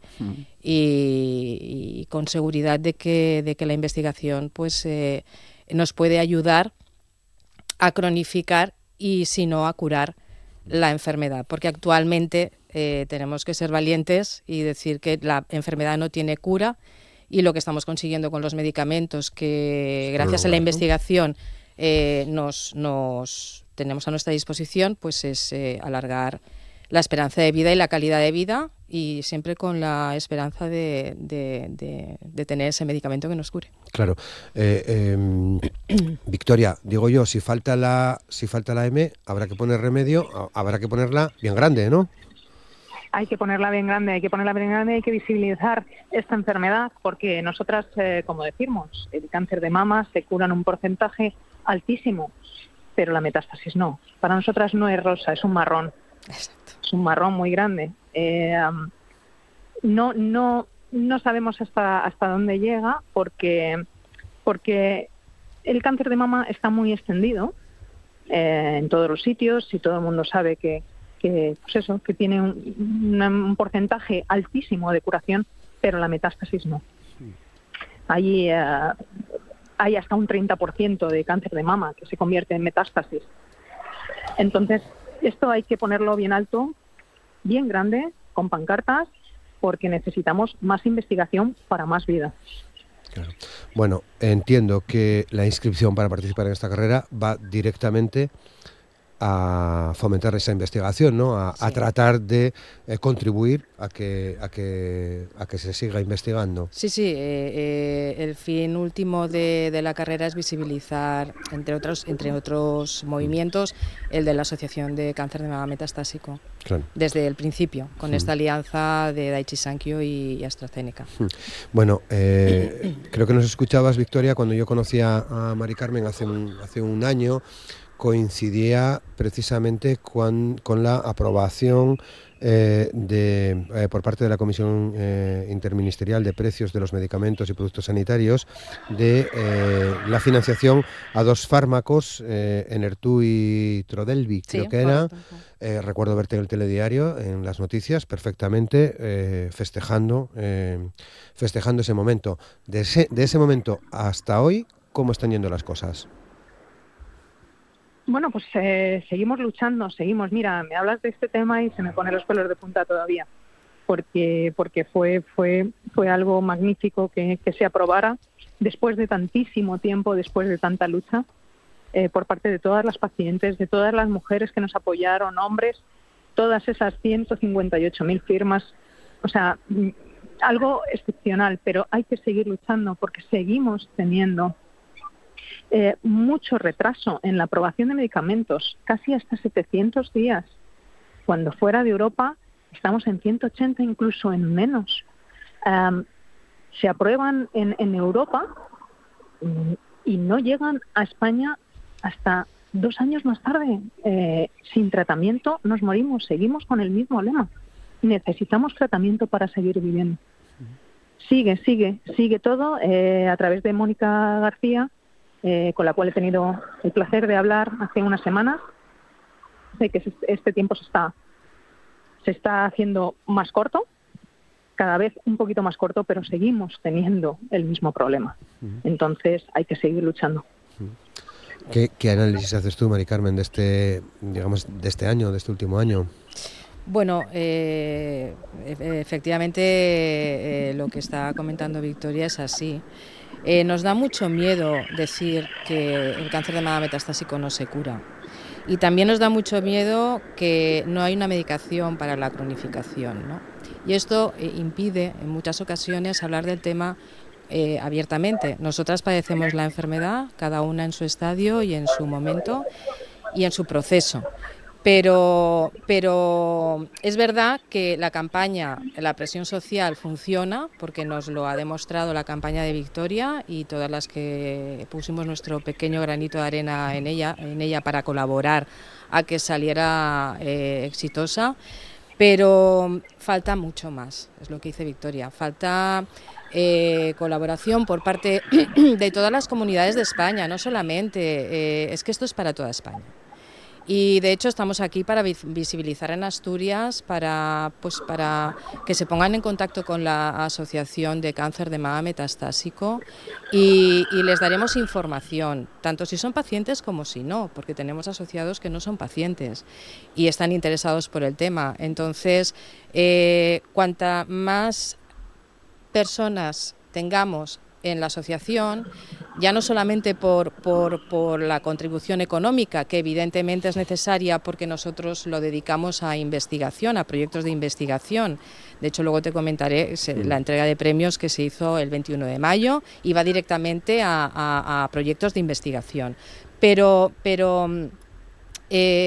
nos echamos a faltar directamente, así de claro te lo digo, la empatía por parte de la gente, pero no en negativo lo estoy diciendo, lo estoy diciendo en constructivo. Tenemos que perder miedo a hablar del tema, porque hablar del tema ayuda a que todas las entidades públicas se vayan concienciando de que la sociedad sabe de lo que está hablando y sabe la necesidad que tiene de la colaboración por parte tanto de las entidades públicas como de las farmacéuticas, como de los propios asociados. Victoria, ¿compartes lógicamente esta reflexión también? Por supuesto. O sea, cada punto y cada coma de lo que ha dicho Mari Carmen. Estamos en un punto en el que necesitamos investigación, en el que la Asociación de Cáncer de Mama Metastásico está ayudando mucho a todo esto.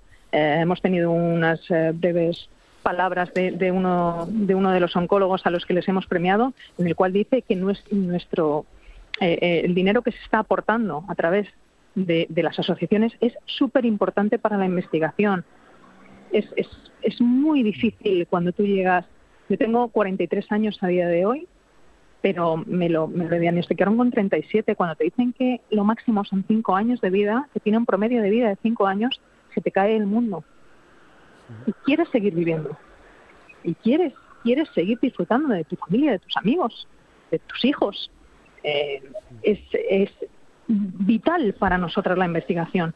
Por eso recaudamos el dinero a través de la Asociación de Cáncer de Mama Metastásico para poder dárselo a los investigadores que están investigando contra esta enfermedad, que a día de hoy pues creo que es la segunda más potente de muerte que hay. Entonces, es súper importante que todo esto, la carrera de la mujer, todo se haga efectivo y la gente colabore y vaya y crea y crea que nosotras estamos hoy, pero mañana habrá mucha gente más y no sabemos a quién le va a tocar, pero de un día para otro te cambia la vida. Desde luego, eso es más que evidente, ¿no? Bueno, en base a esto último que ha dicho Victoria, a mí no, ya sabes que la última vez las estadísticas las nombraste tú, porque a mí no me gusta hablar de estadísticas, pero creo que es importante que se escuchen, ¿no? O sea, a mí no me da miedo hablar de ellas, no me gustan, porque a veces salimos de la estadística, ¿no? Entonces, bueno, pues... Pero está previsto, y son datos oficiales, que en el 2025 se diagnostiquen 36.000 casos nuevos, de los cuales entre el 5 y el 6% ya se diagnostican con una metástasis declarada. Y el 30% de metástasis se desarrollan en los siguientes años al primer diagnóstico. Esto es muy grave. Porque, como ha dicho Victoria, esta enfermedad, el cáncer de mama metastásico, es la segunda enfermedad de cáncer dentro de todas las estadísticas, que tiene el mayor número de casos. Entonces, teniendo en cuenta estas estadísticas, o sea, la parte suave es que gracias a los proyectos de investigación y a los medicamentos de innovadores que están saliendo, pues la estimación de estos 5 años está en un 28 y un 30%, como ha dicho Victoria, pero hay que subirlo. Y sabemos por el trabajo que se está haciendo conjuntamente con expertos que están muy cerca, pueden ser muchos meses, pero no estamos a años luz de que se puedan suministrar medicamentos que o palíen los efectos secundarios, sean menos efectos secundarios, y muy cerca también de esa cronificación, que si ya llegamos a la cura, ya sería para hacer una fiesta, una carrera de la mujer y etcétera, ¿no? Pero es importante que ayudemos con los medios de comunicación, como estáis haciendo vosotros, a que esto seamos conscientes. No sabemos lo que nos puede pasar mañana, pero ni yo, que estoy en el proceso y de momento pues tengo un diagnóstico controlado, ni cualquier otra persona que no tiene ningún diagnóstico y que en 0,5 o microsegundos te cambia la vida, porque esto nos pasa a todas que lo hemos pasado, ¿no? Claro. Entonces, dime. No, te iba a decir que quizás el primer paso es participar de los cribados. Exactamente. Yo quería comentar que, como he dicho antes, da miedo decir que esta enfermedad no se cura, da respeto. También que no hay medicamentos que cronifiquen, pero la edad de cribado por parte de las administraciones públicas y de las comunidades autónomas todavía no está adecuado a las edades que se están declarando ahora. Hay que bajarlo. Hay que bajarlo porque en alguna comunidad creo que ha habido algún cambio. Pero yo he confirmado en Astur Salud que aquí está entre los 50 y los 71. En general era entre los 50 y los 70, por lo tanto aquí parece ser que se ha aumentado un año, ¿vale? Pero es que la mayor causa de muerte de esta enfermedad está entre los 35 y los 55 años. Esto quiere decir que es que conocemos personas, mujeres, que han empezado con el primer diagnóstico muy jovencitas. Victoria empezó con 37, pero conocemos mujeres que han empezado muy, muy jóvenes, muchísimo más jóvenes que ella. O sea que una petición, Victoria, es rebajar esa franja de edad para hacer los cribados. Efectivamente, sí, deberían de rebajar esa franja de edad porque el medio ambiente está cambiando, nosotros estamos cambiando como población, cada vez tenemos antes las mujeres menopausia, no se están teniendo tantos nacimientos como antes, todo esto cambia y entonces los cuerpos también cambian a través del tiempo. Está claro que yo con 37 años, y tal y como dice Mari Carmen, pero es que tenemos compañeras que con 27. Entonces, habría que poner más medios para que estos cribados sean en una edad y en un rango que está claro que ha descendido muchísimo. Entonces, deberían de hacerlos antes, porque contra antes se diagnostica, mejor es el tratamiento, mejor son el proceso y, sobre todo, la anticipación a todo lo que pueda suceder. Y está claro que yo ya debuté, perdón por la expresión, con un estadio 3, que si lo hubieran hecho antes, a lo mejor era un estadio 1 y no estaría donde estoy ahora. Nunca se sabe. Pero está claro que contra antes, mucho mejor. También está claro que los cribados funcionan. Funcionan. Sí. Funcionan. Y es que todo funciona. O sea, si te revisas tú misma, también funciona, porque si tú te detectas, es decir, dentro del cribado, por la entidad pública, se tiene que mejorar, pero es una petición, como tú dices, muy firme, ¿no? Pero nosotras también nos podemos hacer una revisión en nuestras duchas diarias para prever, pues notamos alguna cosita que no es normal, automáticamente ir al oncólogo y entonces ya sobrepasas el cribado, porque te meten ya en el proceso de diagnóstico. Esto es absolutamente recomendable, aparte del cambio de estilo de vida, el ejercicio, de ahí la carrera de la mujer, ¿no? Que visibiliza que el ejercicio es tan importante o más que una buena alimentación, que también, pero dentro del ranking es ejercicio, nutrición saludable y también una situación emocional controlada, fuera estrés, en fin. Hay muchas cosas que pueden ayudar, pero principalmente esto. Y a mí me gustaría destacar un tema, y es que la asociación lo que está trabajando ahora está trabajando para garantizar el acceso a la medicación, para lograr una equidad territorial, que todos sabemos que esto actualmente no existe y también es una petición firme de que lo visibilicemos para que las entidades públicas también sean conscientes de que la población también es consciente y dar visibilidad a nuestra enfermedad.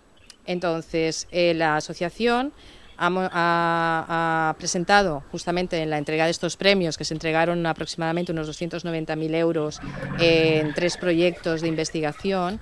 En este evento se anunció que se ha puesto en marcha una plataforma de Educando a ECCMM, de la Asociación de Cáncer de Mama Metastásico, en la que en 9 módulos damos información fiable y compartida con expertos, o sea, trabajada con expertos multidisciplinares, que si accedemos a esta formación, lo que conseguimos con ella es llevar la enfermedad con más serenidad, con más seguridad y con más conocimiento sobre ella para poder colaborar con nuestros equipos médicos que nos están cuidando. Bien, pues el domingo a correr. Exacto. Contra el cáncer de mama metastásico, a que esa M sea muy grande.